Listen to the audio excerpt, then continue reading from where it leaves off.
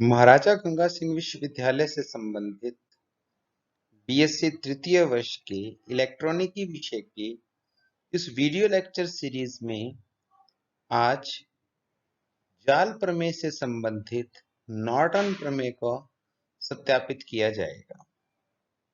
पूर्व के लेक्चर्स में अध्यारोपण प्रमेय तथा थेवेनिन प्रमेय का सत्यापन करवाया जा चुका है। नॉर्टन प्रमेय मूलतः थेवेनिन प्रमेय का ही एक भाग है और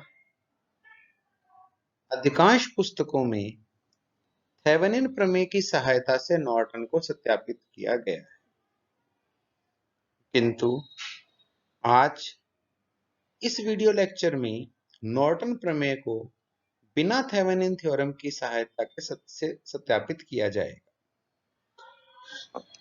विश्वविद्यालयी परीक्षाओं में अनेक बार नॉर्टन प्रमेय को डायरेक्टली सत्यापित करवाया जा चुका है। ऐसी स्थिति में इसका पूरा डिटेल सत्यापन परीक्षा की दृष्टि से बहुत महत्वपूर्ण है। तो स्टार्ट करते हैं सर्वप्रथम नॉर्टन प्रमेय के स्टेटमेंट से। नॉर्टन प्रमेय के स्टेटमेंट के अनुसार ऊर्जा स्रोतों तथा प्रतिबाधाओं से युक्त कोई भी द्विटर्मिनल रैखिक जाल एक तुल्य परिपथ से प्रतिस्थापित किया जा सकता है, जिसमें केवल एक धारा स्रोत व समानांतर क्रम में एक प्रतिबाधा होती है। धारा स्रोत से उत्पन्न धारा का मान दिए हुए जाल के टर्मिनल से लघुपतित धारा के तुल्य होता है तथा प्रतिबाधा इन टर्मिनलों के मध्य मापित प्रतिबाधा होती है, जबकि समस्त ऊर्जा स्रोत हटाकर उन्हें उनकी आंतरिक प्रतिबाधाओं से प्रतिस्थापित कर दिया गया। तुलनात्मक रूप से देखा जाए तो थेवेनिन थ्योरम में किसी भी द्विटर्मिनल रैखिक जाल को एक तुल्य वोल्टता स्रोत और एक प्रतिबाधा जो परस्पर श्रेणी क्रम में संयोजित है से प्रतिस्थापित किया जाता है, जबकि नॉर्टन प्रमेय में संपूर्ण द्विटर्मिनल रैखिक जाल को एक तुल्य धारा स्रोत, उस धारा स्रोत के समानांतर में लगे एक प्रतिबाधा जेड इक्विवेलेंट के साथ प्रतिस्थापित किया जा सकता है। मूल अंतर यही है कि थेवेनिन में एक वोल्टता स्रोत जबकि नॉर्टन में एक धारा स्रोत का उपयोग किया जाता है। इसका परिपथ आरेख की सहायता से इसको समझने का प्रयास करते हैं। दिए गए चित्र में लेफ्ट साइड में एक रैखिक नेटवर्क है जिसमें अनेक ऊर्जा स्रोत तथा प्रतिरोध प्रतिबाधाएं इत्यादि संयोजित है। इसके साथ एक लोड प्रतिरोध RL संयोजित किया गया है। तो इस संपूर्ण नेटवर्क को केवल दो चीजें I इक्विवेलेंट एक धारा स्रोत, Z इक्विवेलेंट तुल्य प्रतिबाधा जो परस्पर समानांतर क्रम में संयोजित है से प्रतिस्थापित किया गया है।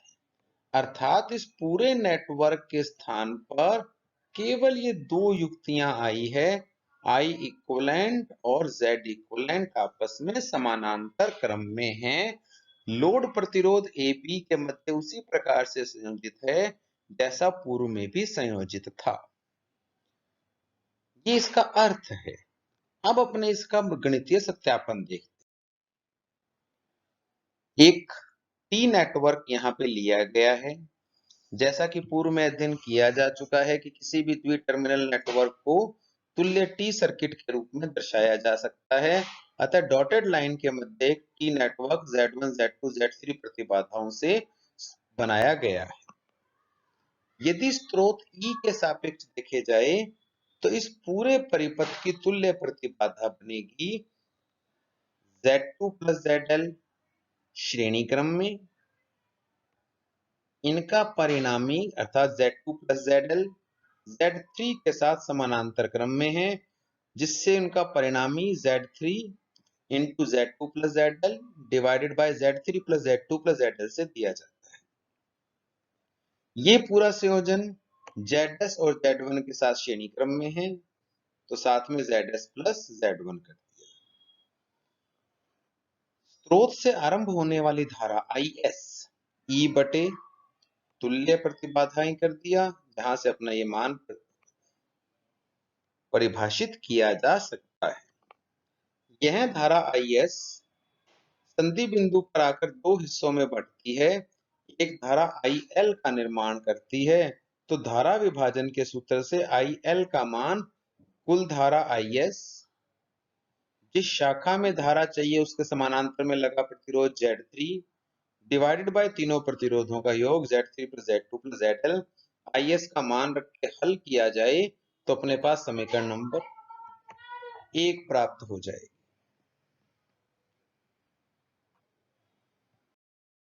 के उपरांत नॉर्टन तुल्य धारा I इक्विवेलेंट ज्ञात करने के लिए लोड प्रतिरोध को हटाकर उसके सिरे AB को लघुपथित कर दिया जाता है।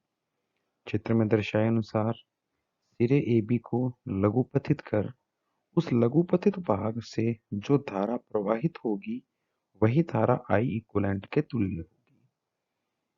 इस I इक्विवेलेंट का गणितीय मान निकालने के लिए इस परिपथ आरेख का तुल्य प्रतिबाधा ज्ञात करते हैं। यहाँ देखा जाए तो Z2 और Z3 परस्पर समानांतर क्रम में हैं, जिनकी तुल्य प्रतिबाधा Z2 Z3 bye Z2 plus Z3 के बराबर होगी। यह संयोजन ZS और Z1 के साथ श्रेणी क्रम में संयोजित है, अतः पूरे परिपथ की विद्युत स्रोत E के सापेक्ष प्रतिबाधा ZS plus Z1 plus Z2 Z3 upon Z2 plus Z3 के बराबर होगी।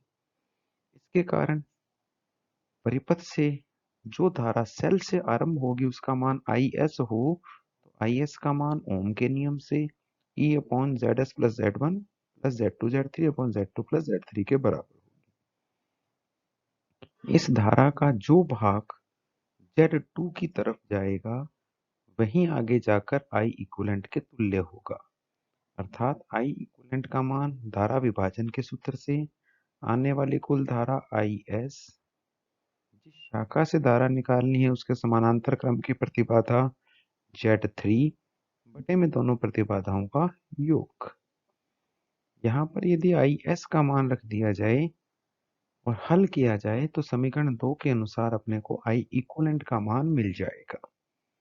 ये वह धारा है जो लोड प्रतिरोध के सिरों को लघुपथित करने पर उससे प्रवाहित होती। इसके उपरांत Z इक्विवेलेंट के लिए Z इक्विवेलेंट यानी परिपथ की तुल्य प्रतिबाधा जो पूर्व में थेवेनिन प्रमेय में की थी उसी Z इक्विवेलेंट के तुल्य होती है। तो इसमें स्रोत को उसकी आंतरिक प्रतिबाधा ZS से प्रतिस्थापित कर दिया तथा लोड प्रतिरोध हटाकर उसके खुले सिरों के मध्य प्रतिबाधा Z इक्विवेलेंट के तुल्य होगी। यहाँ देखा जाए तो Z1 व ZS श्रेणी क्रम में है, तुल्य प्रतिबाधा Z1 प्लस ZS। यह Z3 के साथ समानांतर क्रम में है, तो समानांतर क्रम प्रतिरोधों के संयोजन का नियम R1 R2 upon R1 plus R2 नियम से Z3 into ZS plus Z1 divided by ZS plus Z1 plus Z3 के बराबर होगा। और यह पूरा संयोजन Z2 के साथ पुनः श्रेणी क्रम में है, तो वो Z2 ऐड कर दें तो Z इक्विवेलेंट का मान आ जाएगा। याद रखिएगा कि Z इक्विवेलेंट नॉर्टन प्रमेय का और थेवेनिन प्रमेय का समान ही होता है, दोनों में कोई अंतर नहीं है। अब यदि नॉर्टन तुल्य परिपथ बनाया जाए जिसमें एक धारा स्रोत Z इक्विवेलेंट और Z तीनों को परस्पर समानांतर क्रम में संयोजित किया जाए तो I इक्विवेलेंट, जिसका गणितीय मान पूर्व में ही ज्ञात किया जा चुका है, वह धारा इस शाखा से आरंभ होगी। यहाँ आकर यह धारा दो हिस्सों में बटेगी। जो धारा ZL से जाएगी वही अपनी लोड करंट IL है, जिसका मान हमें ज्ञात करना है। तो अपने पास सभी मान हैं। I इक्विवेलेंट का गणितीय मान ज्ञात कर चुके हैं, Z इक्विवेलेंट का गणितीय मान ज्ञात कर चुके हैं। तो धारा विभाजन के सूत्र से लोड में से धारा आने वाली टोटल करंट उस करंट को लिया गया है जो संधि बिंदु की तरफ आ रही हो, जो बेसिकली I इक्विवेलेंट के बराबर है। आई इक्वलेंट इंटू समानांतर में लगा प्रतिरोध, क्योंकि धारा लोड से निकालनी है तो समानांतर का प्रतिरोध जेड इक्वलेंट बटे में दोनों का योग Z equivalent plus Z L. I equivalent का मान प्रतिस्थापित कर दें, जेड इक्वलेंट का मान प्रतिस्थापित कर दें अंश और हर दोनों जगह, और इसको हल करें तो अपने पास यह समीकरण प्राप्त होगी। और यह मान उसी धारा के समान है जो पूर्व में अपने संपूर्ण परिपथ को लेते हुए लोड करंट IL डिफाइन किया था। इससे नॉर्टन प्रमेय का सत्यापन होता है। यदि थेवेनिन और नॉर्टन की तुलना की जाए तो नॉर्टन का आई क्यू ये मान थेवेनिन के E equivalent upon Z equivalent के बराबर होता है। Equivalent by Z equivalent. यहां से भी अपने आई इक्वलेंट ज्ञात कर सकते हैं। तो दोनों की तुलना देखी जाए तो थेवेनिन में वोल्टता स्रोत श्रेणी क्रम में जेड इक्वलेंट और जेड एल के साथ, नॉर्टन प्रमेय में धारा स्रोत समानांतर क्रम में जेड इक्वलेंट और जेड एल के साथ।